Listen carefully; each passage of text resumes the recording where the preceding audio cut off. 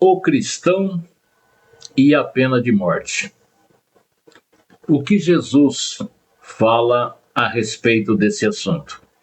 E hoje, neste vídeo, neste exemplar, nós vamos estar tratando a respeito destes detalhes. Então, vale a pena você ficar aqui conosco, vale a pena você ficar aqui nos acompanhando e assista a este vídeo até o seu finalzinho. E com certeza você vai ficar surpreendido com o que Jesus Cristo fala a respeito desse assunto maravilhoso. Então vale a pena você nos acompanhar. Você já parou para pensar se um cristão pode apoiar a pena de morte? Você já parou para pensar o que a Bíblia, o que a palavra de Deus realmente diz sobre esse assunto de tirar a vida de alguém como punição?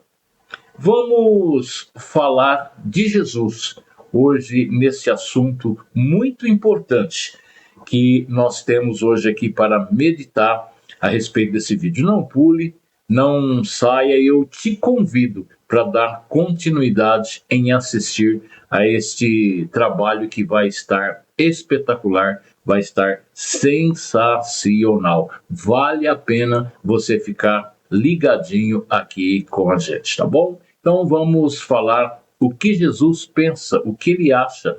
Mas vamos então para o que interessa, vamos para o que é importante para nós nesse assunto do vídeo de hoje.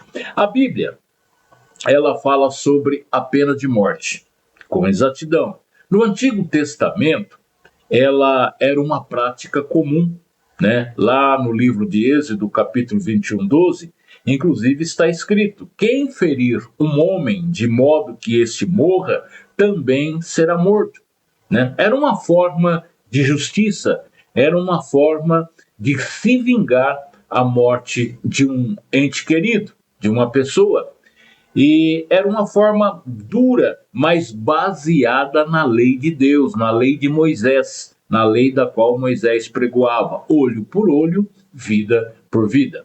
Mas quando Jesus Cristo veio, ele nos mostrou um novo caminho, um novo testamento e uma nova maneira de se viver, de se entender a fórmula de perdoar e também a fórmula de ser perdoado.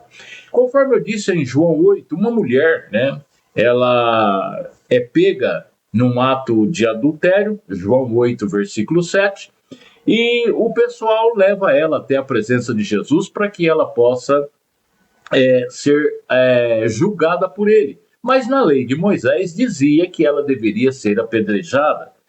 E eles levaram, né, esta mulher até Jesus, inclusive até para dar ali uma oportunidade de pegar Jesus e numa situação errônea. E Jesus estava ali, né, apoiado ali, escrevendo com o dedo no chão, e falaram: olha, na lei de Moisés, esta mulher foi pega em adultério, ela tem que ser apedrejada. E tu, Jesus, o que é que tu nos diz a respeito? E Jesus, depois de ser indagado várias vezes por aquela quantidade de pessoas que estavam ali, se colocou em pé, em posição, e disse: olha, aquele que não tem pecado, que atire a primeira pedra. Então, aquele que está entre nós hoje, Jesus Cristo, segundo a sua vontade, ele diz que se nós estivermos sem pecado, se nós não estivermos isento de qualquer situação, nós podemos atirar a pedra, podemos falar alguma coisa, mas se não tivermos esta certeza, melhor é se calar. Jesus acabou por não aprovar o pecado daquela mulher, mas também ele não aprovou a morte dela, ele não permitiu que ela fosse apedrejada, conforme ele disse: aquele que julga não ter nenhum pecado, que atire a primeira pedra. E aos poucos as pessoas foram saindo.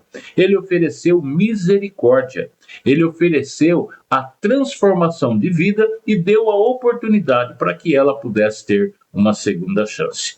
O que o Evangelho está nos ensinando é que, a respeito daquele momento da cruz, que é o maior exemplo, onde Jesus foi condenado à morte, injustamente, porque ele não merecia, ele morreu por pecadores, pecadores igual a nós, pecadores que eram para ser condenados, né? Mas Jesus assumiu a responsabilidade e nos deu a oportunidade de sermos perdoados. O evangelho, ele não é sobre dar às pessoas o que elas merecem, mas é sobre dar a graça de Jesus Cristo para todos aqueles que aceitarem.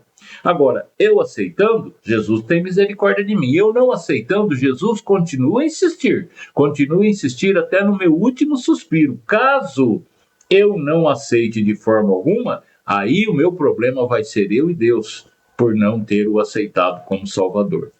Deus poderia ter nos condenado, mas ele preferiu nos salvar. De que forma? Enviando seu filho Jesus.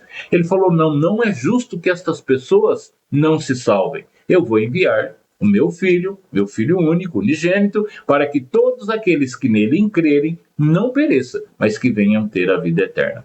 Como então nós podemos hoje desejar a morte de alguém sem mesmo antes, desejar a sua salvação? Vamos condenar, às vezes, quantas pessoas são condenadas erroneamente, injustiçadamente. Elas não cometeram o que dizem ter cometido e acabam sendo condenadas à morte. No nosso país hoje nós não temos a condenação da morte física, mas temos aí outras condenações, julgamentos que só Jesus Cristo para ter misericórdia.